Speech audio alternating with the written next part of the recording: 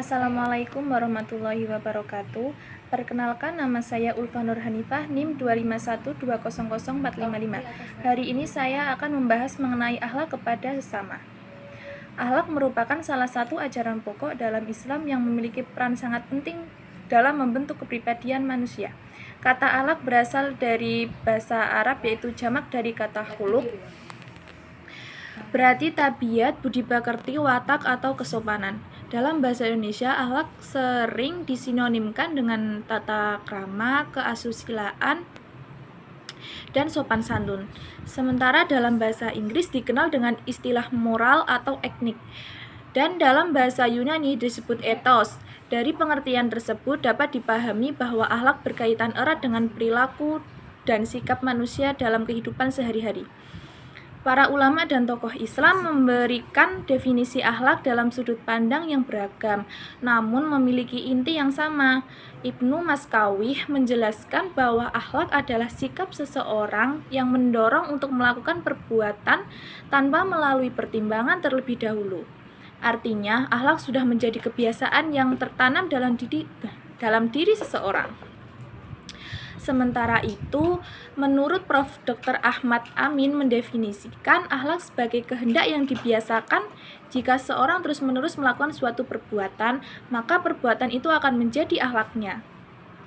Al-Qurtubi menyebutkan bahwa akhlak adalah perbuatan manusia yang bersumber dari adab kesopanan. Sedangkan Muhammad bin Ila As-Sadiki menyatakan bahwa akhlak adalah pembawaan diri manusia yang dapat melahirkan perbuatan baik dengan mudah tanpa dapat dorongan dari orang lain. Terus secara umum akhlak terbagi menjadi dua jenis, yaitu akhlak terpuji dan akhlak tercela.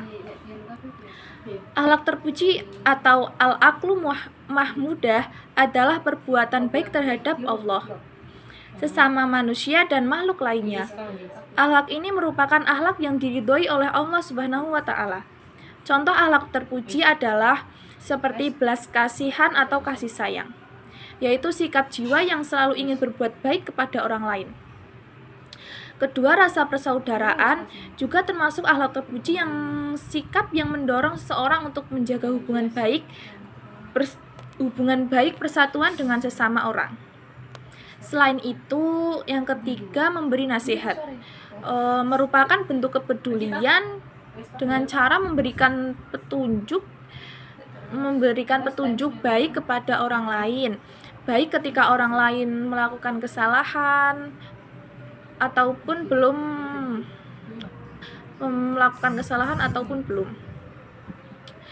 Keempat, memberi pertolongan adalah membantu orang lain agar tidak kesulitan atau terhindar dari kesulitan.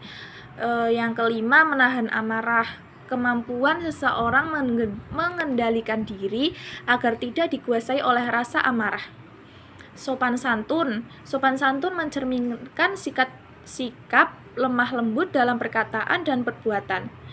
Dan yang tak kalah penting adalah sikap suka memaafkan, yaitu kesediaan kita untuk memaafkan kesalahan orang lain. Sebaliknya, sikap tercela atau akhlakul mazmumah adalah perbuatan buruk yang dibenci oleh Allah Subhanahu wa Ta'ala. Contohnya adalah mudah marah, yaitu emosi yang tidak terkendali sehingga menimbulkan perilaku yang menyakiti orang lain. Iri hati atau dengki adalah keinginan agar kenikmatan orang lain itu hilang.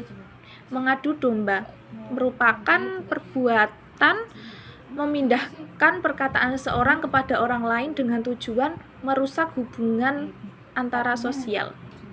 Mengumpat, membicarakan keburukan orang lain atau berbicara jelek.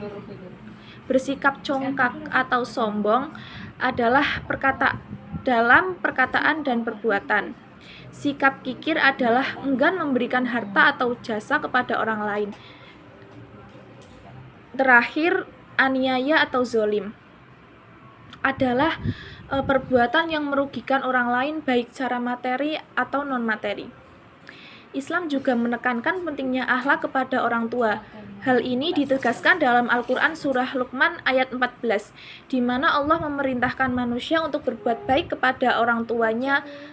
Ibu telah mengandung dalam keadaan lemah yang bertambah-tambah dan menyusui selama 2 tahun. Oleh karena itu, manusia diperintahkan untuk bersyukur kepada Allah dan kepada kedua orang tuanya, karena hanya kepada Allah tempat kembali. Ayat itu menunjukkan betapa besarnya jasa orang tua, terutama ibu, sehingga berbakti kepada mereka merupakan kewajiban utama. Rasulullah Shallallahu Alaihi Wasallam juga menjelaskan bahwa berbakti kepada orang tua tidak terputus meskipun mereka telah meninggal dunia. Dalam riwayat hadis Abu Dawud, bahwa bentuk bakti kepada orang tua antara lain mendoakan mereka, memohon ampun untuk mereka, menjaga silaturahmi yang mereka jalin, dan memuliakan teman-teman mereka. Sehingga akhlak kepada keluarga juga sangat penting. Keluarga merupakan lingkungan pertama dalam pembentukan akhlak seseorang.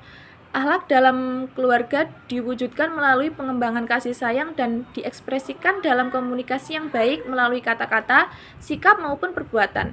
Komunikasi yang dilandasi kasih sayang akan menciptakan suasana keluarga yang harmonis dan penuh ketenangan. Hal ini sejalan dengan nasihat Luqman kepada anak-anaknya sebagaimana terhadap dalam surah Luqman ayat 13. Luqman menasihati anaknya agar tidak mempersekutukan Allah, berbuat syirik merupakan kezaliman yang paling besar. Ayat ini menunjukkan bahwa pendidikan akhlak dalam keluarga harus dimulai dari penanaman kaidah yang benar, yaitu tauhid kepada Allah Subhanahu wa taala. Demikian yang dapat saya sampaikan. Akhlak merupakan fondasi utama dalam kehidupan seorang muslim. Akhlak yang baik akan membawa ketenangan, keharmonisan, dan keberkahan, baik dalam hubungan kepada Allah dan kepada sesama manusia. Oleh karena itu, setiap muslim hendaknya senantiasa berusaha membiasakan akhlak terpuji dan menjauhi akhlak tercela dalam kehidupan sehari-hari. Terima kasih.